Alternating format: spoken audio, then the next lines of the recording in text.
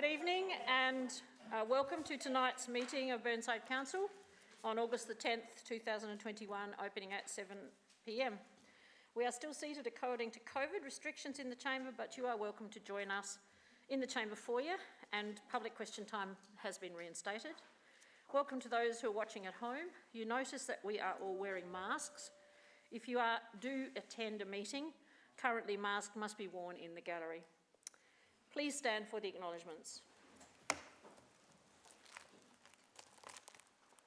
We acknowledge that the land we meet on today is the traditional land of the Kaurna people and that we respect their spiritual relationship with their country. We also acknowledge the Kaurna people as the original custodians of the Adelaide region and that their cultural and heritage beliefs are still important to the Kaurna people today. We also pay respect to the cultural authority of Aboriginal people visiting and attending from other areas of South Australia and Australia. On behalf of the City of Burnside, I gratefully acknowledge and pay respect to those who have sacrificed their lives for this country and its people. Finally, we seek understanding and guidance in our debate as we make decisions that will impact on the lives of all who reside, study, work in, or visit the City of Burnside. Grant us wisdom as we serve our community. Please be seated. In the case of an emergency, an alarm will sound and then please follow directions from the staff. I remind you that all council meetings are live streamed through the council's website and a copy of the agenda is available by downloading from this website. Members, please raise your hand to indicate you wish to speak and use your microphones when speaking. I ask everyone here to turn off your mobile phones or place them on silent during the meeting. A reminder of 3 minutes speaking time and only 2 questions. To everyone present in the chamber and in the foyer, please be respectful of each other and their opinions during these debates and not interrupt the person debating or talk while they're speaking. It's important that all views of the elected members are heard before any decisions are made. Masks must be worn, except you can take them off when you are speaking.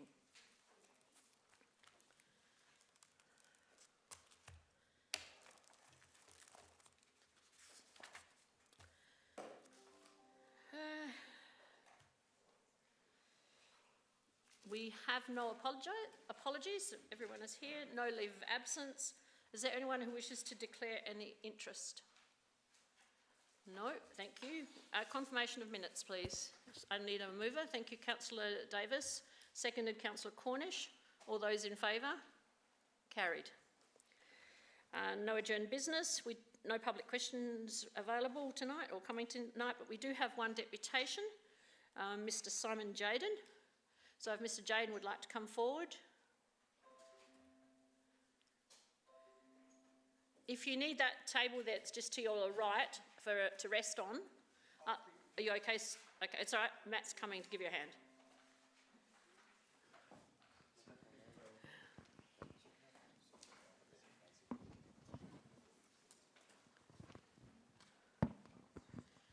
Mr. Jaden, if you just introduce yourself with your name and the suburb that you live in, and then you have your 5 minutes, which I've discussed with you already. Thank you. Good evening. My name is Simon Jadon. I live in Kensington Park. First, I'd like to thank you all for attending tonight, and I'm very appreciative of everyone listening. Actually shocked me coming to Burnside Council, and we get an opportunity to speak and you guys listen, so I really, really appreciate that. It's very, very, very awesome. Joshua Washington and David Kenworthy, thank you for your prompt responses and getting back to me and working through this process. That was really nice as well. So the issue we have here today is for the narrowing of the street of Burnie Avenue between McGill Road and Lossy Street, similar to what's happened at Lossy Street and Beulah Road on Burnie Avenue. Myself and the majority of the homeowners on Burnie Avenue from McGill Road to Lossy Street are concerned with the reduction of 600 mil of the road for safety congestion and the visual amenity, so disrupting the visual amenity of the current street. If you look down the street, looking from McGill Road to Lossy, looking into Beulah Road, you can see it's quite narrow and it does change the visual amenity of the street as well as the safety congestion. The current width of Burnie Avenue should be maintained at 10 metres and that around the trees, a protuberance, or in layman terms like a square box, be provided to allow more room for the roots to grow. And drainage can be maintained by providing a drainage pipe through the protuberance in line with the curb. I'd like to quote the Australian standards on the street Australian Standards for On-Street Parking Facilities, which is Australian Standards 2890.5/2020. So on Section 3, Table 3, the standard recommendations for the parallel parking on a road 50 kilometres or less should be a minimum of 2 metres in width and desirably 2.3 metres in width. For simultaneous two-way traffic movement, a 6 metre width is usually provided. If a minimum 2 metres in width is provided on both sides of the road for parallel parking and a 6 metre width is provided for simultaneous two-way traffic movement, the overall minimum width for Burnie Avenue should be 10 metres, which is the current width at the moment. I have read Council's alternative design to bring the curbs in 300mm either side rather than 600mm, which will make the street 9.6mm in width, which is not in accordance with the recommended street parking of the Australian standards I just quoted. I'd like to refer back to our suggestion of the protuberance, which can be a square box at 300mm around those trees. After speaking with the majority of the neighbours on that street, we are very concerned because, and coming up to a topic similar to the curbing, is the trees itself. They're very concerned that, and I'm not an arborist, and I don't know too much about trees myself, but just from general knowledge and being on the street ourselves, is the trees are quite overgrown. They're dropping limbs, and we believe that we're due for new trees. On that street, there's about 5 new trees that have been planted, and their request to me was to speak to you guys about maybe getting some new plantations or looking at an option for trees as well. Thank you. Is there anyone who wishes to ask a question of Mr. Jadon? Councillor Davey. Thank you, Worship. Thanks, Simon, for coming along tonight, and for all the research you've done and for representing the residents. I'm a bit confused about what you want about the street trees. It wasn't clear to me about what... If you could remind me. With the street trees, there's something called a protuberance, which is essentially a square box around the trees. You see them in Unley councils, etc., to help the trees' root growth. The curbing definitely need to be upgraded. The curbs are all... We're not against that. The whole street is for that, and they're very happy for that, but they're just concerned about narrowing it too much. So if we can maybe possibly look at a 300mm box protuberance around that tree, or each tree on the street, that will keep the width as it is, keep for parking. It's just obviously we can protect those trees if that's one of the council's concerns. Councillor Dawes. Thank you, Simon, for coming in. I went down Burnie Avenue. I haven't been down that street ever, even though I lived in that neighbourhood. I was just surprised how wide that street is. It's 10 metres. It'd probably be one of the widest streets, which is not a secondary road, in the city of Burnside. Do you know why it was so wide compared to, like Gers Road is a secondary road, and that's even narrower than Burnie from Lossie down to McGill? Have you done any research there as to why that street's so wide? To be honest, no, I haven't done much research. I'm actually quite new to the suburb myself, Right. So I haven't done much research in regards to that question. But that the public and the people that own the houses, they love the wide street, and that's a big factor as to why they purchased there. When they seen Lossie Street, they seen Lossie, between Lossie and Beulah, so Burnie Avenue from there, they just weren't happy with that, and they had an option to purchase on both streets. I think number 5 went up, and then number, whatever, and they just actually chose to come closer to McGill Road for that reason, to have that Unley feel is what they were going for. That was some of the comments from... Thank you. Councillor Davey. Thank you. A follow-up question. I just need to clarify, because you mentioned at the end about street trees, and it sounded like you want to change the type of street trees, or you've got concerns about the existing ones. So could you please clarify to us exactly what the current situation is and what your concerns are? Sure. Quite apart from the widening aspect Yes. and all of the issues. Thanks. When I approached every single neighbour, 80 to 90% of them, the first thing they said to me was, when you go to council, can you please speak to them about the street trees as well? Apparently they have tried to speak to a lot of the council members in regards to those particular trees. They're clogging up the stormwater drains, and a few of the houses have been getting pumped out, and they've been requesting that. So that was one of their main concerns. Their other concerns was they're quite overgrown. Where they're placed, some of them are placed very awkwardly and from 30, 40 years ago, 30 or 40 years ago is how long they've been there for. There is a few photos that I've got from around 36 to 38 years ago is when the trees have been there, and those particular species, from my research, can live from 20 to 40 years. So again, I'm not an arborist, but if trees, 36 to 38 years old with a lifespan of 20 to 40 years, it could be coming to the end of their life. They look overgrown, limbs are falling, and they're just concerned. And on that same street, there is, like I said, 5 trees, new trees have been planted, and they've all requested to have those trees planted there as well. So. All right, is there anyone else who wishes to speak? Or ask a question, I should say. All right, thank you very much, Mr. Jadon, for coming in. Thank you.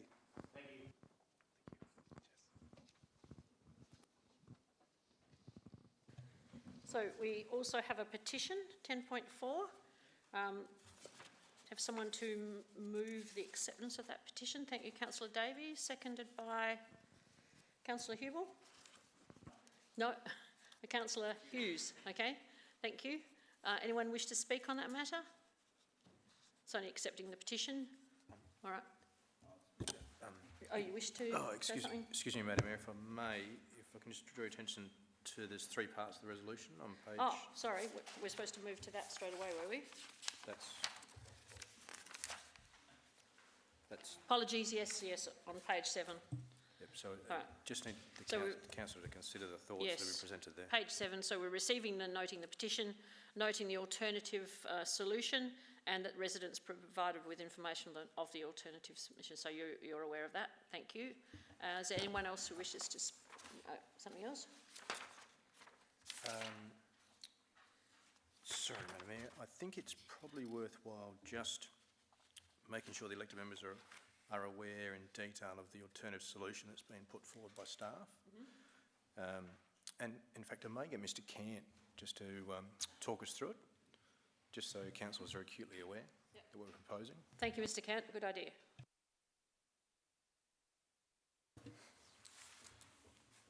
Through your worship, we initially went out with the original proposal, which caused some of the residents in the streets some concern about reducing the road width by 0.6 metres, which would still be more than sufficient width of a street to enable us to protect those trees. Following the responses received and prior to the petition being lodged, we took some of that feedback on board and we looked at an alternative approach that looked at a compromise to not reduce the width of the street by so much, but also took into protection measures over street trees. And through the discussions between our city engineers and also our arborists, we've come up with a compromise position which instead of reducing by 0.6, we recommend reducing by 0.3 and putting that recommendation back out to the street members through consultation. The issue with regard to the trees, we are very aware of. We've had several discussions with residents over the years, and there is a desire from some of the residents within that street to completely remove all those trees and replace them with different species. The arborists have done full inspections, including risk inspections, and the trees are healthy. They still have a significant life left in them. And our recommendations are that this approach will provide the best outcome for the longevity of those trees in the street. Councillor Pickett. Just ask a question so I can take the mask off, I think. A question about the deputation included a discussion around the boxing of the trees rather than make the whole road. Does that have merit? Can that work? Yeah, through Madam Mayor, I referred to Mr. Kent. I'm not sure we're exactly sure what the design of the protuberance was referring to. That's Through you, Your Worship, thanks, Chris. That's new information that I've heard for the first time tonight, so that's certainly something that I'll take into account when I have a chat with my arborist. However, we're aware of most treatments that can be managed throughout street trees, and we do take everything into account. The advice that we're receiving from our arborists is the best outcome is to reduce the width of the treat to provide the appropriate long-term options or suitability for those trees. But certainly something we'll look into. Councillor Lemon. Thank you. It is nice not to wear a mask. I have two questions, if I may. The first is, what is the species of tree that currently exists there, and are they mature species? And what is there, this is all part of the first question, and what is the replacement tree? Because we've got a big tree strategy. I know you mightn't be able to answer this tonight. And the second part of my question is, when is that street due for curb and gutter renewal? And again, I know that might need to be taken on notice. Through Madam Mayor, I think the second part is that it's due for renewal now. That's why we're having these conversations. Okay. But the first part of the question, I'll refer that to Mr. Cant. Through Your Worship, the CEO answered the easy part of the question, which I also had covered. What I will do, if you will allow me to, I will check the urban tree strategy on the screen just now, and I will get back to you with the replacement species that's identified in the urban tree strategy. Apologies.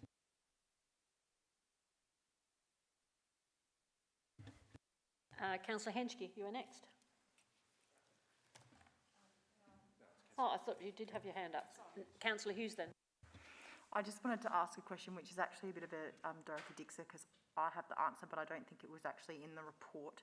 Just wondering if staff can give a breakdown of the results of the consultation process, just so that we can all be clear in the chamber the number who responded against, who provided no response, and those who provided a response for the proposal. Through Madam Mayor, I'll refer that to Mr. Cant.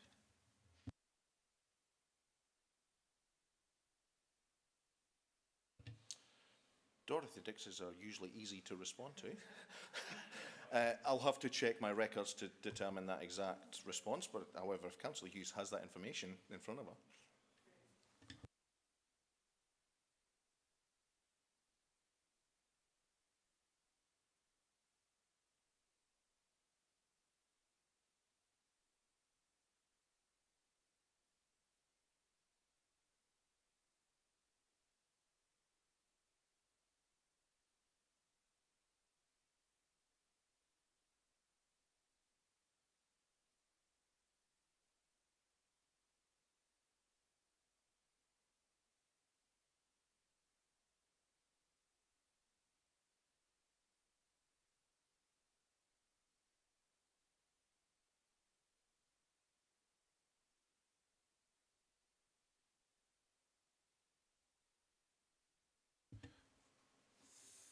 Through Your Worship, thank you, Councillor Hughes. I have found the email now.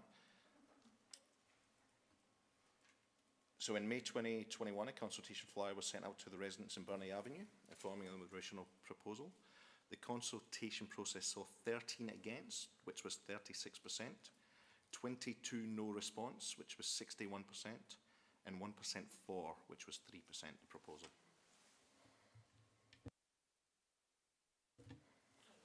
Through Your Worship, I will repeat. The consultation process saw 13 responses that was against, 36%, 22 no responses, 61%, and 1 for, 3% the proposal.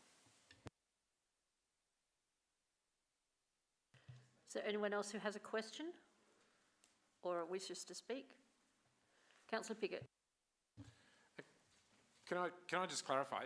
Look, well, actually, the question, the reason we're doing it to protect the trees is obviously, so it strikes me that perhaps the box thing, there might have other reasons, but that might have merit.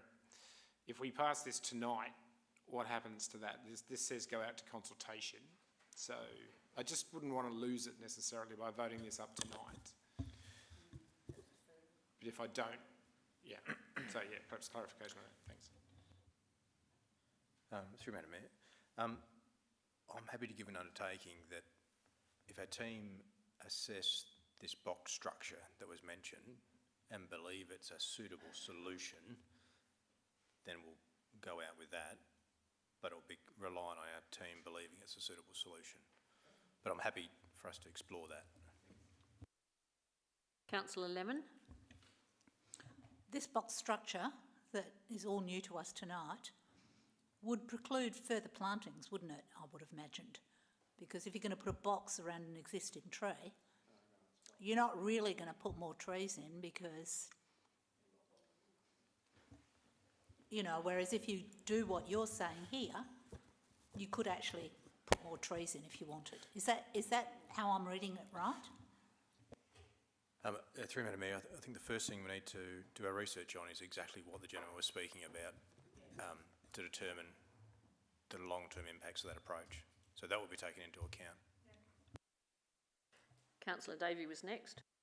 I have a question, just further clarifying Councillor Lemon's query.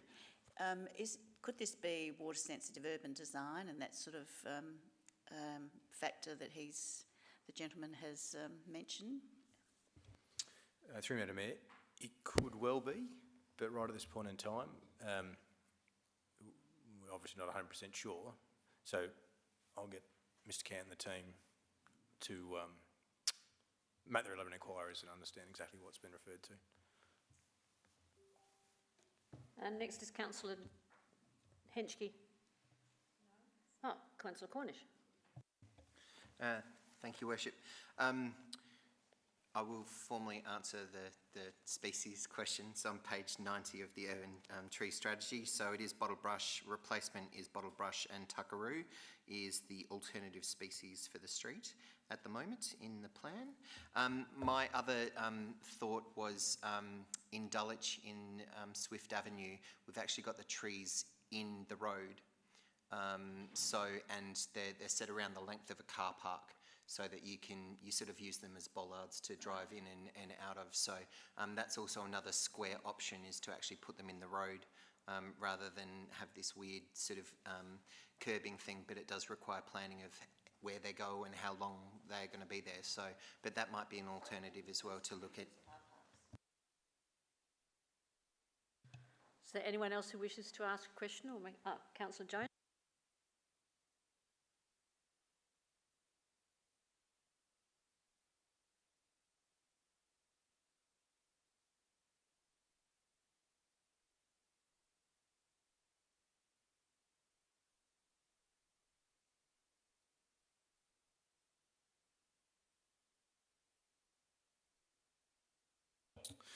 Yeah, through Madam Mayor, I'll have to refer that to Mr. Cant, because of technical nature. But on reflection, it's one of the very few roads in Burnside that is 10 metres wide, the city of Burnside. Through your worship, that's correct. This is one of the widest roads of this nature in Burnside. We wouldn't have many, and we are very comfortable with the recommendation to reduce the width to accommodate. Madam Mayor, just I think a follow-up. The reference the gentleman made to the standard, do we know how that comes into play? Through your worship, it will depend on the nature of the street, where it is, and some of the conditions around that. I would have to take advice on that to provide full details, but we can certainly do that. Councillor Piggott. Thank you. I might speak on the motion. I'm not going to vote for the motion. I feel we should receive this petition, and there should be more work before we do push any sort of... I accept what the CEO said, and I thank him for that, but I just think, all in all, there's no question that deputation always has quite an appeal, like it does have an effect on me. I think the situation of someone has got out on a Tuesday night, done the work, the consultation is 13-1 of the people who bothered to answer. Doesn't mean, that's the majority necessarily. It's a wide street and they like it like that. So, I think that's compelling if there is something where clearly they want different trees. That's not on the table. I accept that totally. But I feel if we could achieve safeguarding the trees and potentially having more trees, if that's where we feel that should go, without reducing the majority of the street from the 10 metres, I think that would be a good result. And so I think what we should do is vote this down, and with all the things that sort of went around the room to do that work and bring it back as to what the option would be. And I'd be really happy if it meant that still most of that street was 10 metres wide when we finish. Councillor Hughes? I just have a question. So we're talking about the section from McGill Road to, I think, Lossy Avenue, and the deputation tonight referenced that the section towards Beulah Road has already had that section narrowed. I'm just wondering, is there a historical reason why one part of the road was narrowed and the other wasn't? I mean, to me, it seems that if I look at the street, you know, having a little bit of extra grass actually has a cooling impact and a benefit to the environment. I'm just wondering why one section was done and not the other, if that is the case. Through Madam Mayor, I was half distracted asking another question, but I assume the question was about, we've narrowed one section further up, and what was the logic behind that, and we've narrowed this. Mr. Cam, through Madam Mayor.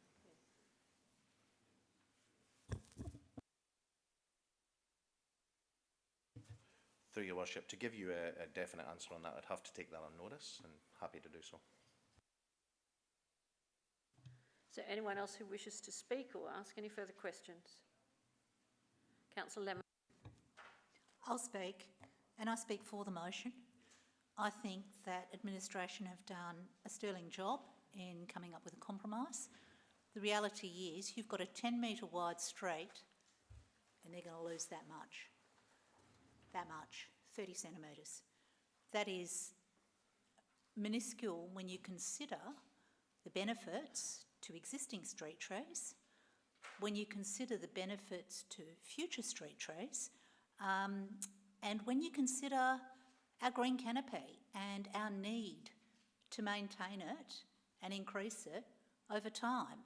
So I think this much in one of the widest streets in Burnside is not a lot to give over for the environmental benefits of making sure that the existing street trees are well cared for, and the environmental benefits of ensuring that future street trees will thrive in that area. It's not just about wide streets, it's wide streets and leafy suburbs. And this is still a wide street because it's losing that much. But it will continue to be a leafy suburb. And I think that this is an excellent compromise, taking into account what the residents have said. And I will be supporting it. Is there anyone else who wishes to speak? If there is no one else, then I will go back to the mover, who was Councillor Davey. Thank you, Mayor.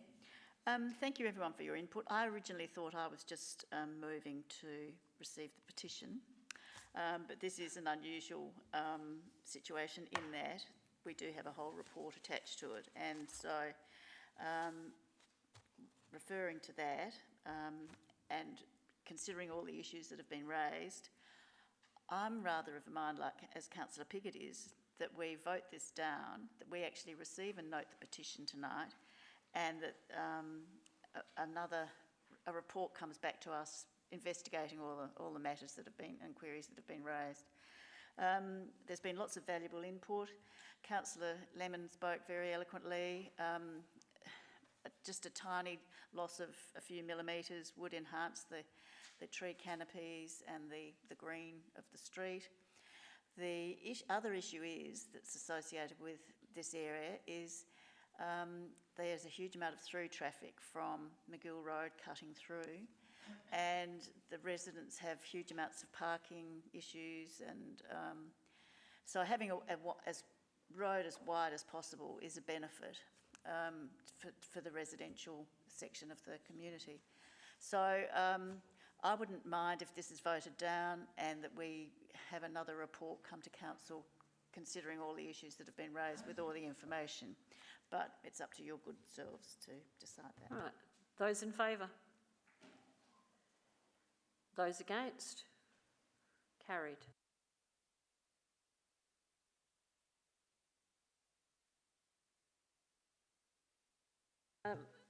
There are only two other reports, and I seek someone who wishes to withdraw one, number 11.1.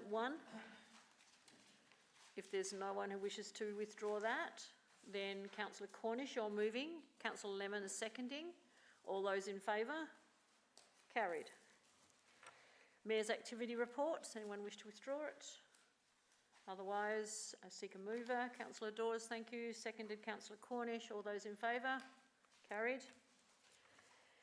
We have a couple of questions on notice, and you've just received, Matt Spearman brought them round to you. You've just received those answers. Motions on notice we move to now, and that is 13.1, page 46. Councillor Davey, it's your motion.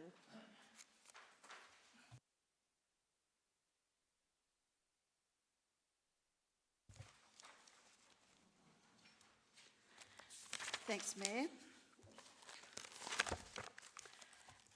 I move that Council, on behalf of the City of Burnside, acknowledges the Government's initiative to reduce fatalities and injury on South Australia's road network and presents a submission to the Department of Industry and Transport Road Safety on the current draft SA Road Safety Strategy 2031, which addresses in detail the following. 1, the need for a policy for separation of freight and other heavy vehicle users on South Australian roads, particularly those affecting the City of Burnside community on the South Eastern Freeway and the major approach roads to the city. 2, considers improved standards of road, verge and median strip maintenance. 3, support for cyclist and pedestrian safety, including consideration of a reduction of vehicle speed limits. 4, support for public transport. And 5, in line with the climate change emergency, support for the preservation, replacement and maintenance of roadside vegetation and any other issues relevant to our community. And 2, that the draft submission is circulated to elected members for consideration prior to finalisation for presentation to the Department of Industry and Transport for the deadline on September the 1st, 2021. I don't know if anyone's had a chance to read the report, but a lot of work's gone into its development already. The state government's done a whole lot of work. I thought because a lot of this is to do with regional roads and certainly improving road safety and reducing injury and fatality rates on the rural roads, which we all know are way too high.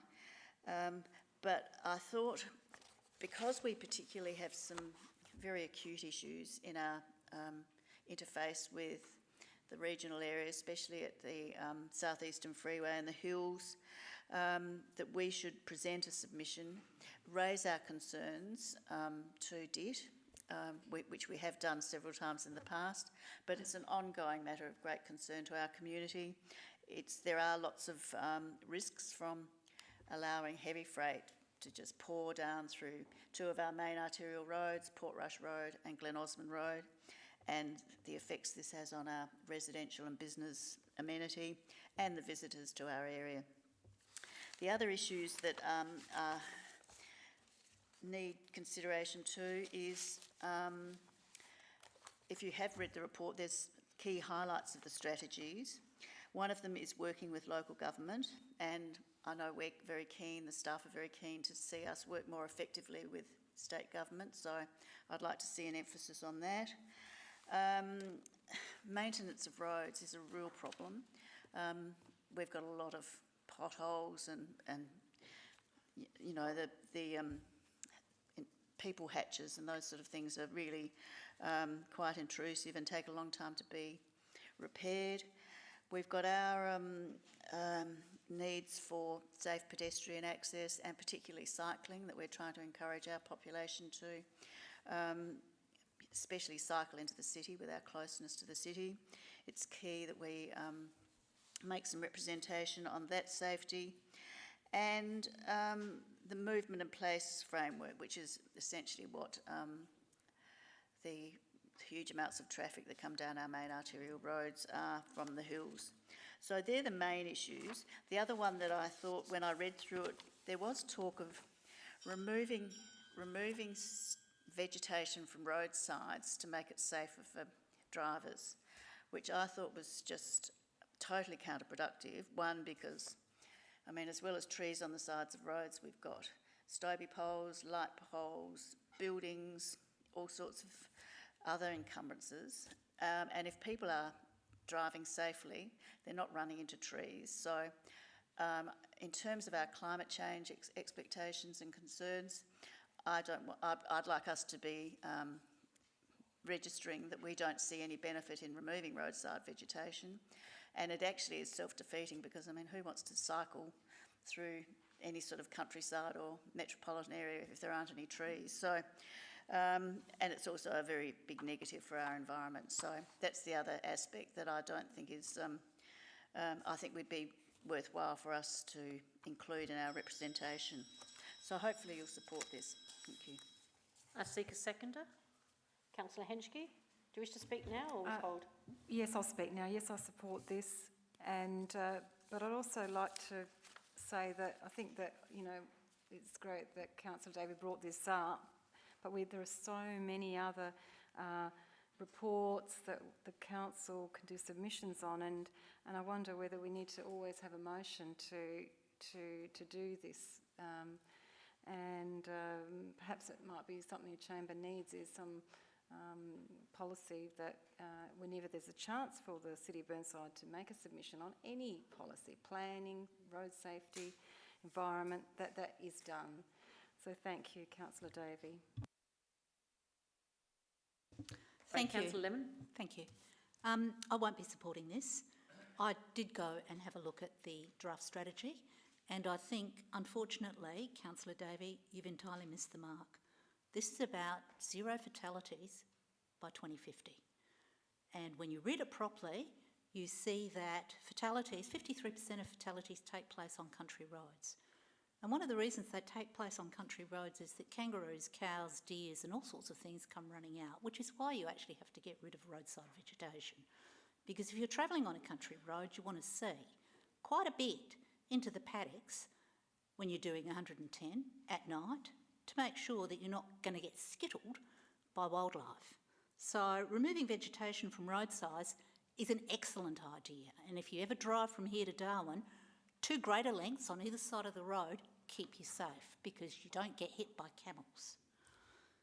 In terms of the maintenance of roads, the report is actually very clear that they're working with LGA authorities because in country areas where you've got most of the fatalities, road maintenance is actually extremely expensive for a country council. So you're looking at graders, you're looking at resurfacing, and you're looking at huge costs. And the state government is very clear that they want to work hand in glove with regional councils on their road structures. This isn't about amenity. This isn't about potholes on Beulah Road. This is actually about keeping young people on country roads in their big V8s safe as possible, because they're the people that die on our roads every year. So let's not talk about, and the main reason, I mean, most of these are okay, but in line with climate change emergency declarations have absolutely nothing to do with a 0 road toll in 2050. What will help a 0 road toll in 2050 is driverless cars, is electric cars, is lots of public transport, it is young people not drinking and driving, young people not driving great big, heavy, dangerous cars. They're the sorts of things we should be talking about. Our people, our traffic people, could actually make a submission to this, have your say, from their point of view in terms of the arterial roads, because all we're talking about here is the arterial roads in our city, and it would be an extremely good submission.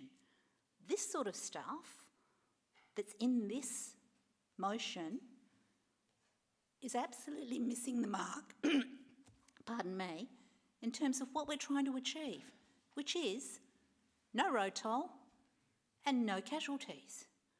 And that's what we need to be doing, not looking at amenity or potholes in Burnside. So I won't be supporting it. Councillor Dawes. Thank you, Mayor. Initially, I was uncertain about whether this was about road safety, as Councillor Lemon had said.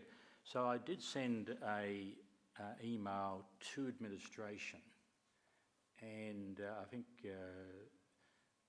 Mr. Cant did respond, and they have been involved in stakeholder relationship workshops, and the response I got indicates that the administration were in favour of what Councillor Davey is proposing. So I'm just wondering whether, through the Mayor, Mr. Cant can explain the reasons why.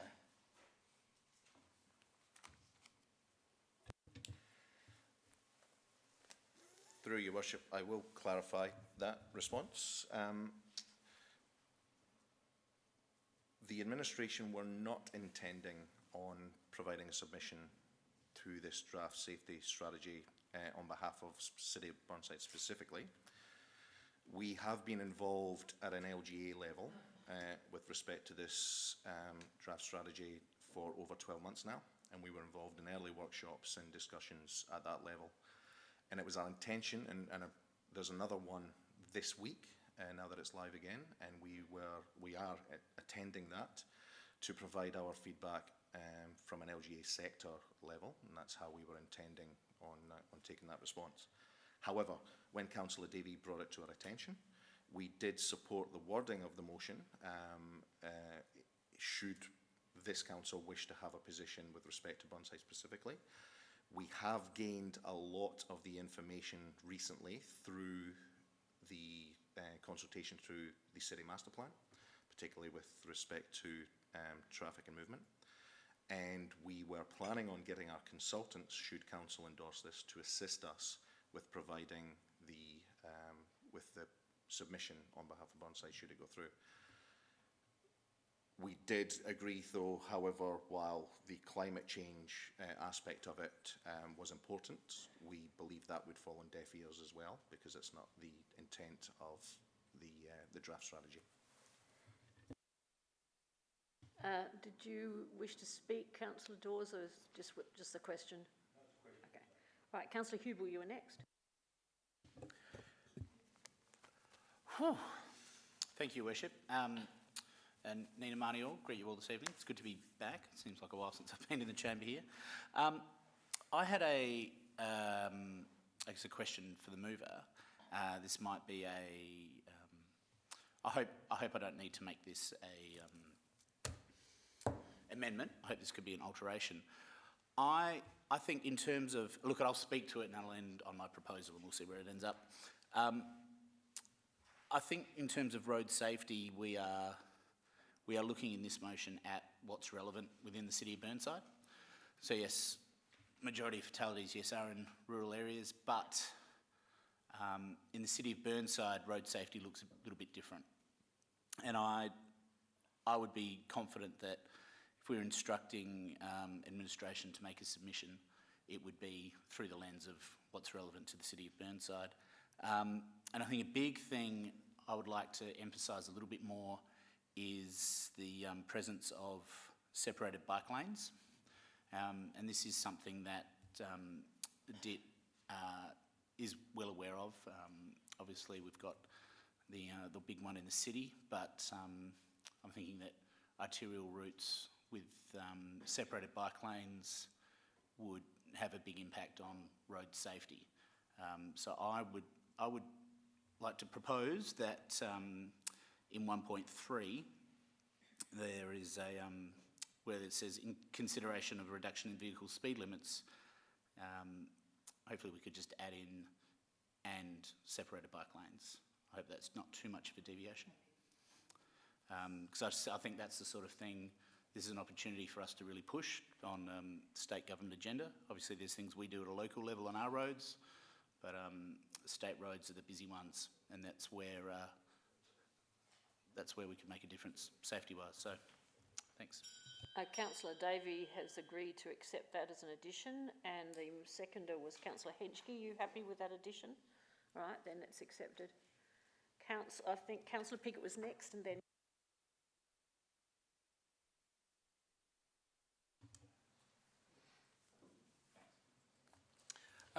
Thank you.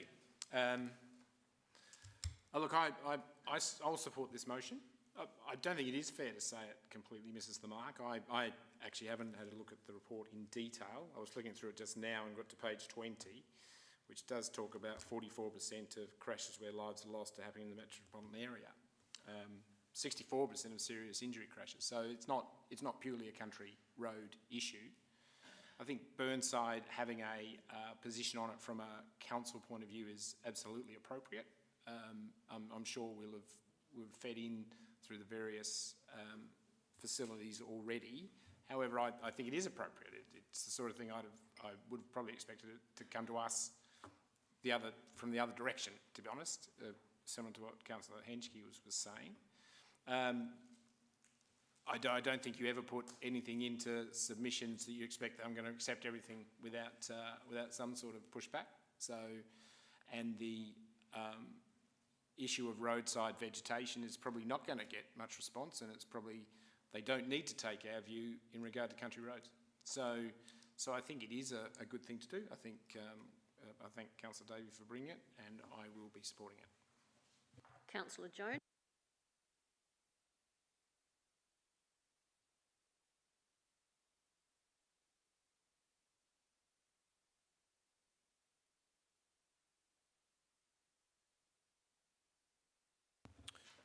Through me, I have to refer that to Mr. Cooper.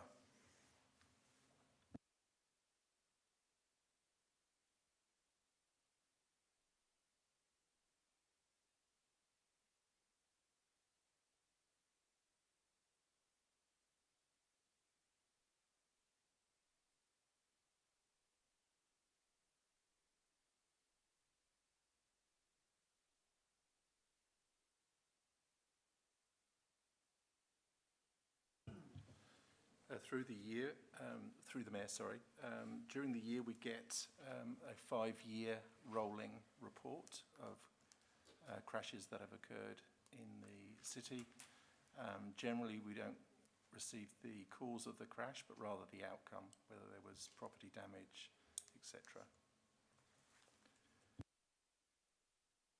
Thank you. Councillor Davis, you are next.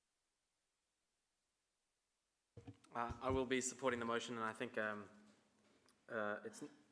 did have a quick Google on it. So apparently about 5% of road accidents are caused by kangaroos only, and the vast majority of car accidents are speeding, alcohol, fatigue and distraction. So no real surprises there. And the last time I hit a kangaroo was actually driving in the middle of Canberra. It was right in the middle of one of the main streets. And to my mind, I think that, you know, the most boring place in the world is, of course, the Hay Plain. So, and there's no vegetation there.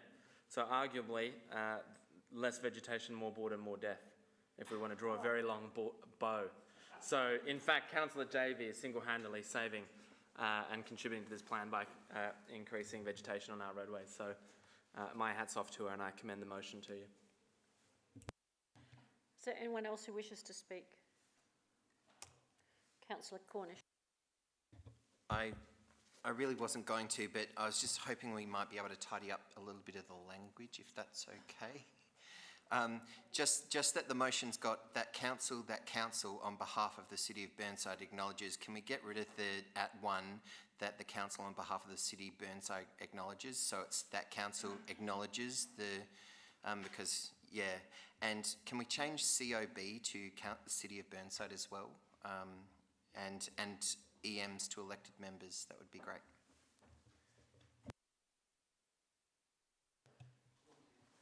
there anyone else who wishes to speak on the matter or ask any further questions? Councillor Jones.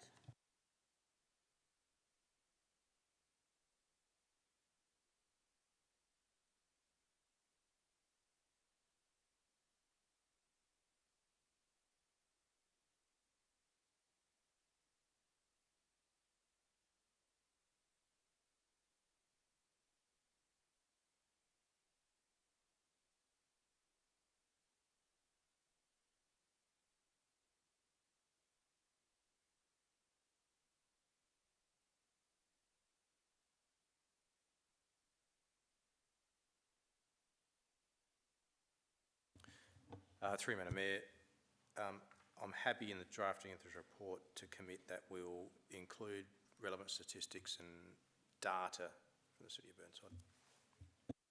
Can I just ask a question? The deadline is for September 1, which is not that far away. Is it realistic for the council to be able to get the report ready, get it out to elected members for their consideration prior to then getting it submitted? Through Madam Mayor, I can only assume Mr Kent took that into consideration. Through your worship, in discussing this motion with Councillor Davey up front, we agreed that the only way we would be able to make the time frame is to provide the draft through information document, and we'll seek feedback from members through that process. Thank you. Just wanted to check on that. Councillor Lemon. I have a question of administration. Is administration aware that on the police, or there used to be, on the police site, SA Police, SAPOL site, there's a running table on fatalities, so you can look up everyone that's been killed on the roads, how many cars were involved, where it happened, whether the driver was male or female, what age the driver was. Did you know that? And will you be using this information in your report? Through you, Madam Mayor, I must admit I personally wasn't aware, but I'm sure Mr Kent will be looking at that site and using it to inform his report. Right, if there's no one else who wishes to speak, then I will direct it to Councillor Davey to sum up. Thank you. Thank you everyone for your contribution. Yes, I agree with Councillor Lemon. The vision of this strategy is 0 lives lost on our roads by 2050, and I think that would be absolutely fabulous if even before then we reach that stage. There's 10-year targets that the strategy includes, and baseline data and targets, and I think that's all we can do, as well as improving in all of the aspects that the strategy talks about in terms of the issues that I've already raised. I mean, we've got really heavily congested roads, both it's a metropolitan and a regional interface. They blur into each other because we all drive into the hills, into the countryside from the cities. We've got cyclists in the mix, wanting to increase cyclists. We've got pedestrians. We've got all sorts of drivers of all ages, and we have a very complex road traffic system. So, I mean, I thank the staff for already looking into this strategy and taking the time to start to prepare for it. And I'm pleased that we can possibly link this to our City of Burnside Master Plan, which I think will be very appropriate. So I think, as I've said, we can only add our bit for Burnside and from our perspective, but I think it's very worthwhile that we participate as a local government authority with a small area of responsibility in road safety, that we have our say and contribute. And I look forward to the staff sending us their draft through an info doc to give us the opportunity to respond before it's finally submitted. Thanks. I hope you'll support it. Those in favour? Those against? Carried. I just want to also remind you that the Have Your Say on Portrush Road closes at close of business tomorrow. So if anyone wants to make comments that is those who are at home listening or those who are in the room now, there is an opportunity to respond to DIT in relation to issues to do with Portrush Road traffic and traffic concerns. We now move to urgent or other business.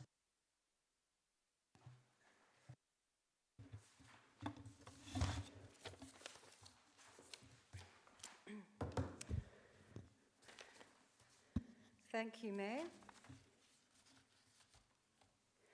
My constituents want to tell the Chamber that on Friday, and these are affected homeowners and the New East Residents Association, that they were shocked to hear about a change in land use that they weren't notified about in the Rose Park Terrace Gardens ward.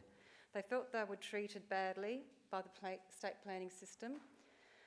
Imagine a house in a heritage street surrounded by local and state heritage listings that without notification of residents is granted approval to become a commercial respite facility service.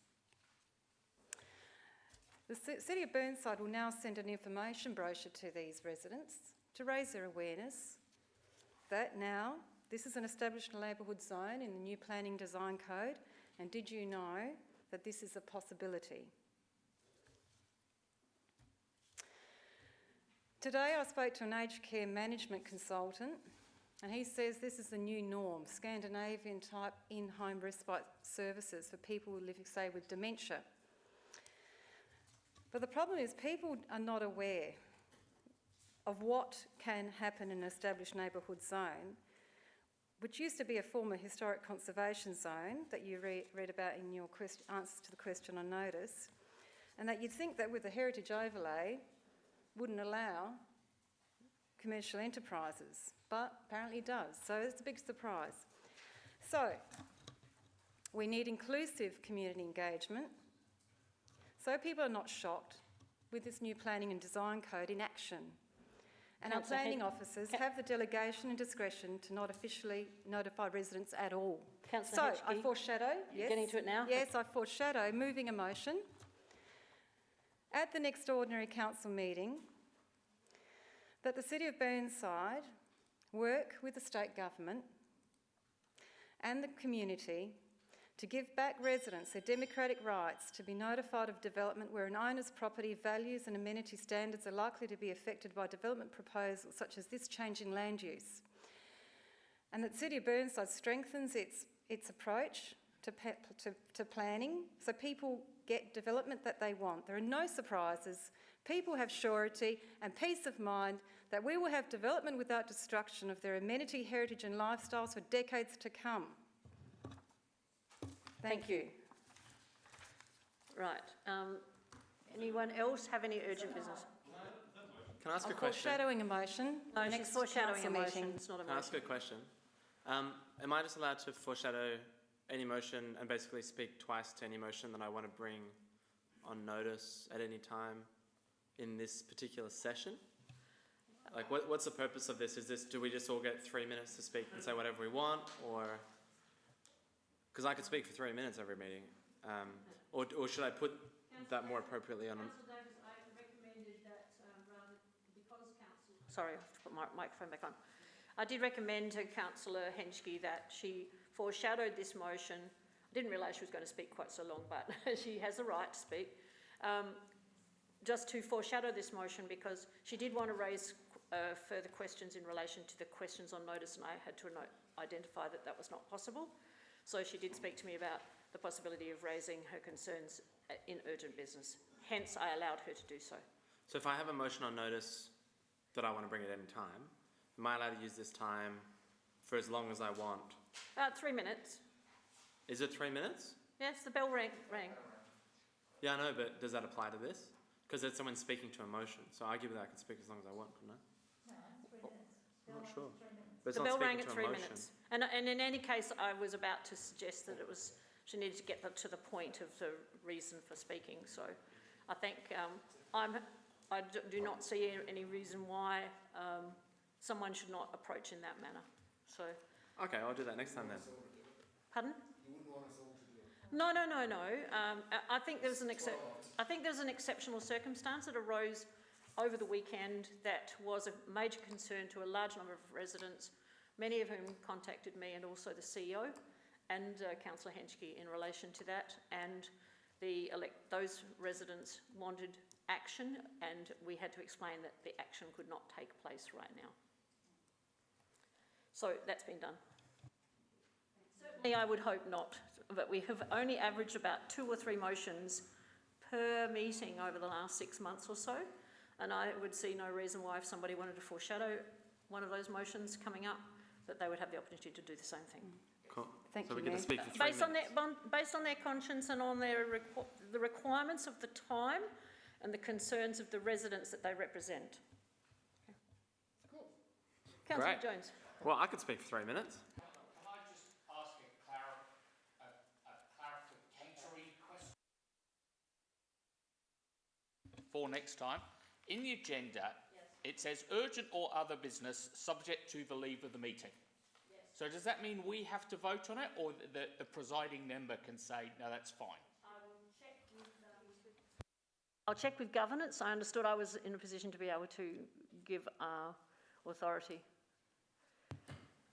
Thank you. Through the Mayor, ideally the presiding member should seek leave of the meeting. But the seeking the leave would need to then have an explanation as to why that person wishes to speak. Correct. That's correct. All right. Then I apologise for not doing that, and I'll make sure that in future that happens again. If it happens again, I will do so. But I didn't think you were going to actually speak as long as you did. So it did sound more like a talking to a motion rather than just a foreshadowing an intent. So.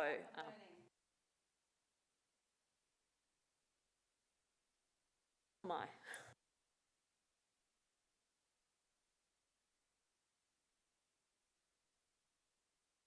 Confidential items we need to move to now.